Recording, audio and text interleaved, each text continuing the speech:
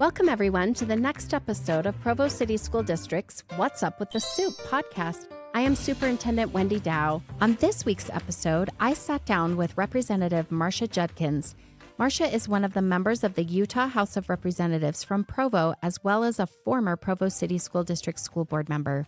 We were able to discuss the work of the Utah State Legislature and the impact their work has on Provo City School District. Before we hear from Representative Judkins, let's go over our updates.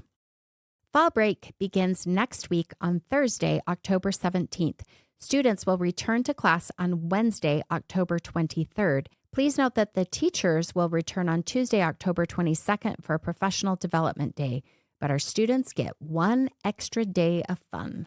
The Board of Education has several policies for review on their website. There is a cell phone policy and curriculum policies with procedures regarding supplemental materials, apps and websites, as well as novel approvals. If you go to provo.edu, click on the button that says Policies, Forms, and Documents, then click on Review Draft Policies here under the Policies and Procedures heading. It will then allow you to see the drafts of all policies being considered and will provide an opportunity for you to submit feedback.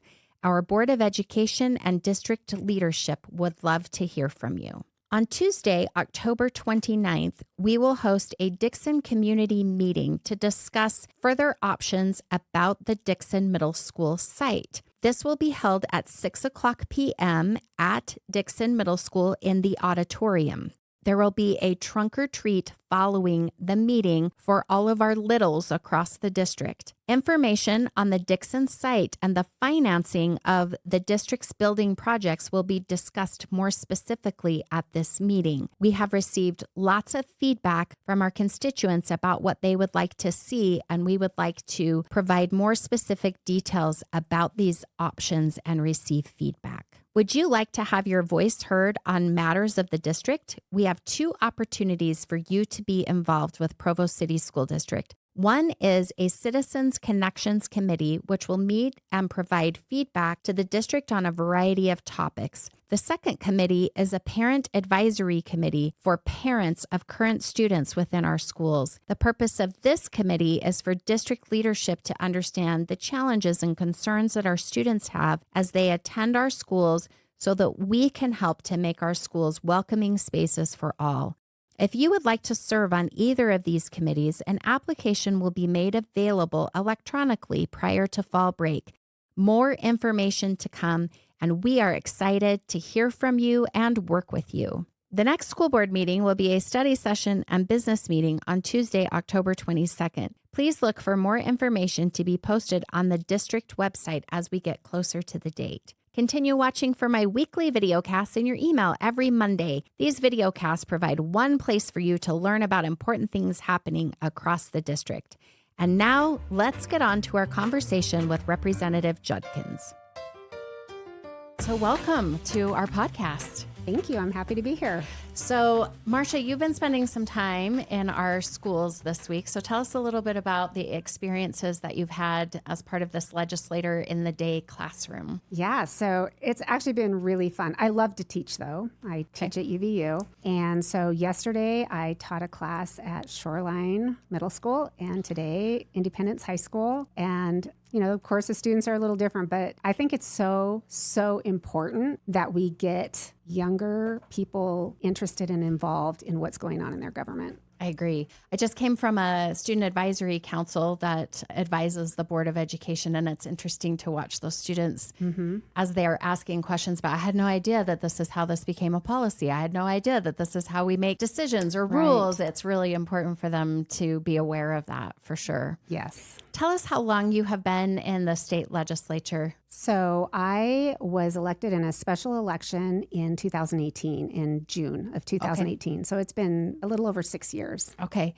And what committees do you serve on in the legislature? So right now for appropriations, I'm on social services, and I have been in that the whole time. Okay. I'm also on health and human services, which I've been on the whole time. Okay. And revenue and taxation, which this is my second time on that committee. I've been on transportation and also law enforcement and criminal justice and a couple of others. But what do you feel like are some of the most pressing issues that you've had the opportunity to work on and you're like, wow, this was awesome. We were really able to make a difference by working together? Such a good question. You know, it's kind of like, it's been 6 years and sometimes it's hard to go back and remember, but I for sure have a few.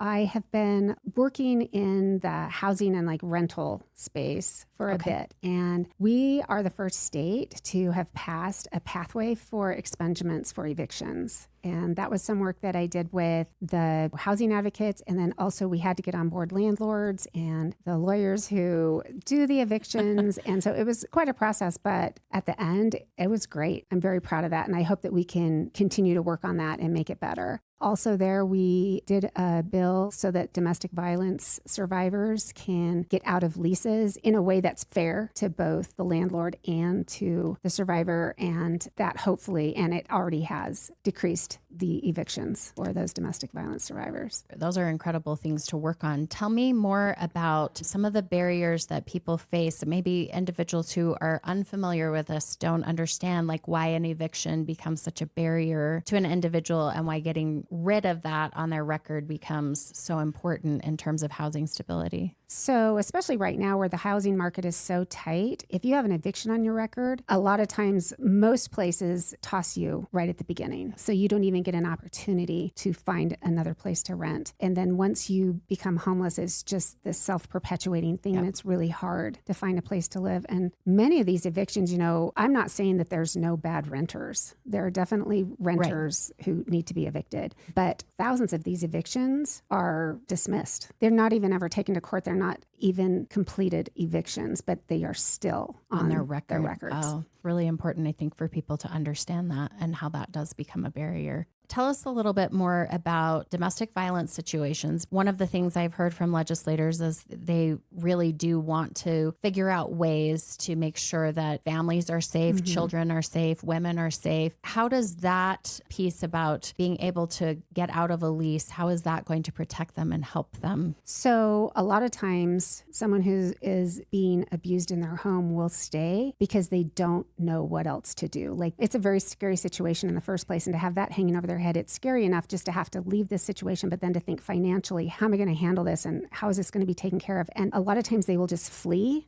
and go to a shelter, which is really important. We want everyone to be able to flee and go to a shelter, but then they don't know what to do because they can't pay that rent and they don't know if their abuser is going to pay the rent. And a lot of times there's been issues in the past where maybe there's been complaints like police have come to the home or things like that. And those kinds of things are often written into the contract that say, well, if this happens, then you can't leave the contract. You know what I mean? Like, the cards were stacked against that survivor being able to get out of their situation and also get out of their lease. And so this will make it so that they can even go back retroactively and say, even though I fled 2 weeks ago, I didn't let my landlord know because I didn't know what to do. There's still a way for them to get out of that lease. And it's not going to leave the landlord hanging. There's, you know, anything that is damaged or whatever will have to be paid, but they won't have that eviction. They can get out of that lease. That's a fantastic kind of fresh start that we can provide to people because it's such a hard situation. I've been in education for almost 30 years and just watching, I feel like our legislature really is responding well to trying to get better resources and things for our schools and prioritize that. Talk about some of the challenges of that, because people have lots of different views about public education, and how do we work with all of these different viewpoints so that we can all feel like that this investment is really worth it?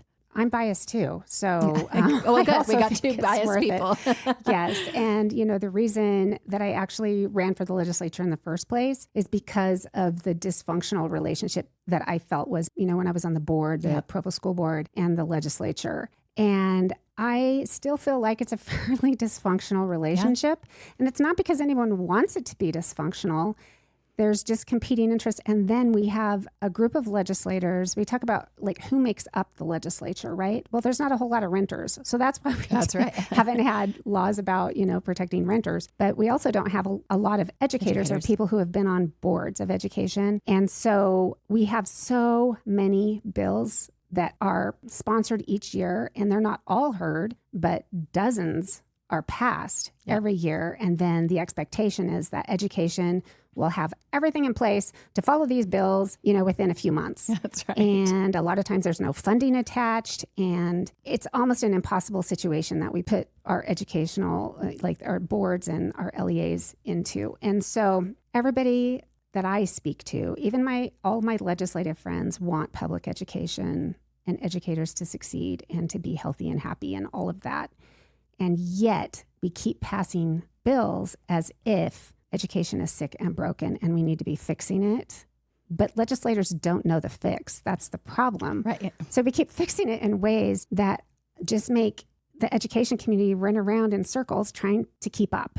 Right. I feel like there are some good laws that are passed for sure. No question. And those are the ones where is a lot of collaboration and input and where people are listened to. But in education, when we're talking about education legislation, so many times the groups that are listened to are not the education groups. So instead of listening to the PTA, we'll listen to other parent groups that maybe have a different viewpoint and haven't been in the classroom and involved in the education as much as the PTA that has tens of thousands of members, right? Or something will happen in a school and a parent will complain to a legislator, and then the legislator will want to make a law that affects the entire state instead of saying, well, let's talk to that teacher or let's talk to the principal or the district and see what we can do, right? That's right.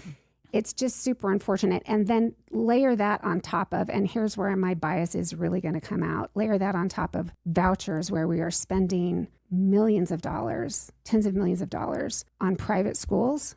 I don't think that that's an appropriate use of education money. I think that if we want vouchers, fine, but let's fully fund education. Let's see every classroom have less than 30 students in it. That would be amazing. I was in a kindergarten class today with 28 kids and I just about died. Yeah, that's too many kindergartners. My grandkids I have a fourth grade granddaughter that's in a classroom that has 32 and a sixth grade that has 34 in a portable. Like they can't even move. They're not allowed to take their backpacks in there. They can't have a parrot in there. Like we want our kids to be mentally healthy and emotionally safe. Well, what about our teachers? We need them to be emotionally and mentally healthy, but we just keep putting more pressure on them to take care of more and more children with more and more needs. And the classroom environment is only going to be as healthy and happy as that teacher. My constituents sometimes will ask me questions or comment about how our districts are just wasting money or something, or, let's lower the superintendent's salary and then we can do everything, right?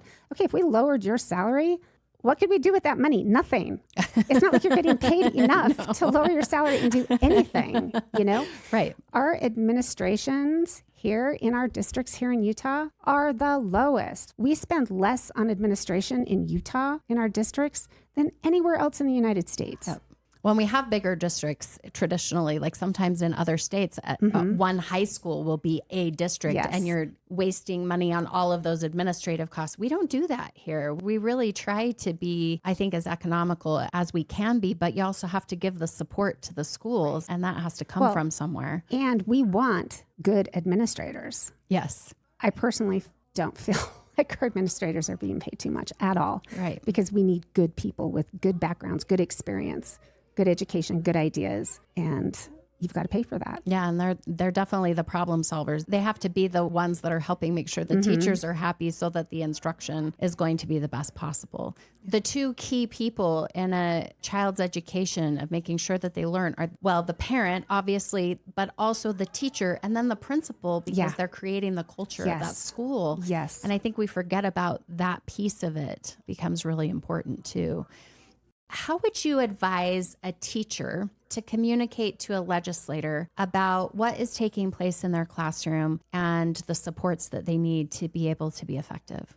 I think, inviting legislators into the classroom is very important. Something that I think does happen, though, is that people think, well, my kid's teacher is great, but all the rest of the teachers aren't, or Yes, something, or that's my true. school is good, but all the rest aren't. So they need to have a wide variety, I think, of experiences, not just going to one classroom, one school, but seeing what's going on in a variety. But the hard thing is that legislators are also really busy. Yes, they are. Right? We don't even get paid for the stuff we no, do outside the session. Most of us have jobs. Yeah. Just trying And to keep families up. and all of the things, and, yes. And all the things. So it's hard. But I would say don't give up. Really, the most important thing is to develop a relationship with that legislator. Sending an email is great, but if they know you, if you've taken the time to maybe give them a call or go up during the session, we are all more likely to listen to someone that we have formed a relationship with. And we're more likely to trust someone that we've formed a relationship with.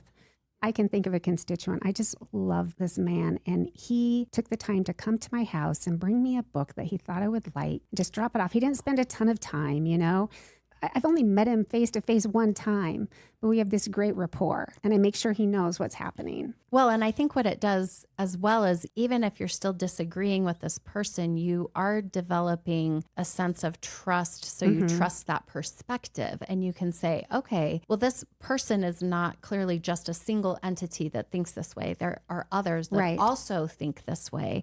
And so if their worldview is that way, how do we create a solution that might incorporate that in some way? And I think it makes a big difference when that happens. So I think it's very powerful.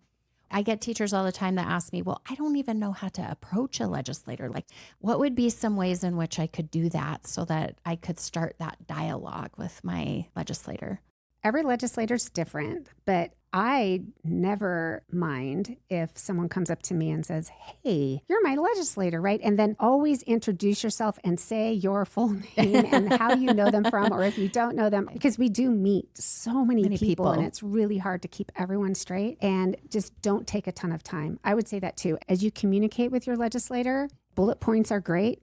Short and sweet is great. And also being kind. Yes. And being respectful of that legislator and being curious, asking them, hey, I saw that you voted this particular way, and I was just curious about this, instead of sometimes you get, you're so stupid. How dare you do this? Yeah, that doesn't go very far. Yeah, just being curious. And if they don't respond, you can send a follow-up and just said, hey, I thought maybe you didn't see, because sometimes we don't see. Yeah. And I would always hope someone would follow up with me rather than just assume I wasn't interested, because you get so I have, many emails and text messages and phone calls. 375 unread emails in my inbox right now. Right. And I spend hours and hours and hours every week trying to keep up. You can't. It's very, very hard. I think also I try to advise people, figure out what the most important thing is you want to communicate about the issue, and just drive that home short and sweet, because your 20 different points don't necessarily add to the argument if the email is forever long. It really just helps to say, this is my greatest concern and why. Yeah, I think that that's great, especially during the session. If you're writing during the session, we get so many form emails. Not that they're not people with views, but it's hard to read the same email 4,000 times. Right. And so adding a little bit as to why it's important to you, just like you said, is great. Also, finding common ground, because honestly, most of us want the same end result, right?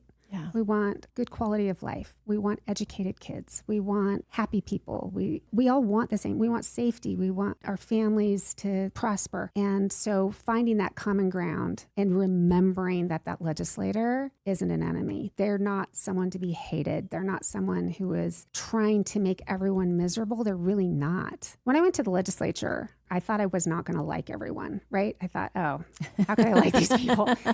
I like every single one of them. They all are bringing something different to the table and different perspectives. Yes. And one-on-one, they're great. Do I always agree with how they vote? No.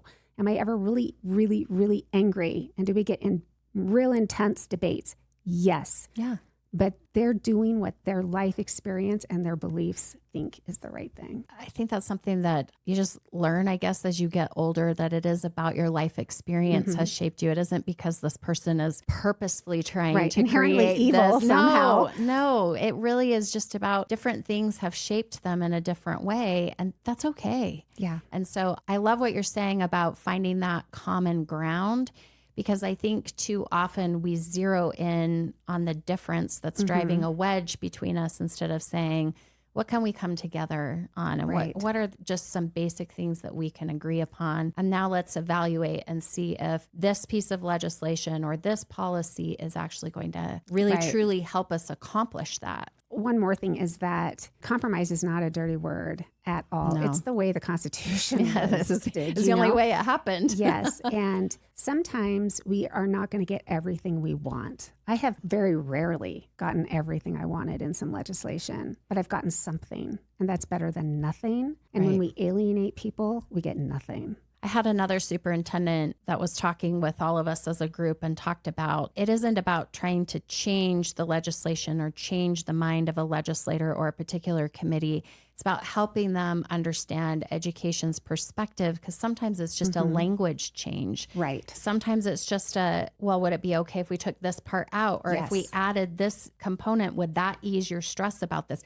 Absolutely. Yes, it would. And then all of a sudden now we have the common ground. So instead of going after the person or saying this is a terrible piece of legislation, saying, I really appreciate where you're coming from. This is how this could really help us if it went more in this direction. Yeah, perfectly said. Yes. Yeah, I think that's the mindset that we need to come from a little bit more. What are next projects? What things are you working on right now? What are you excited about in the next few years?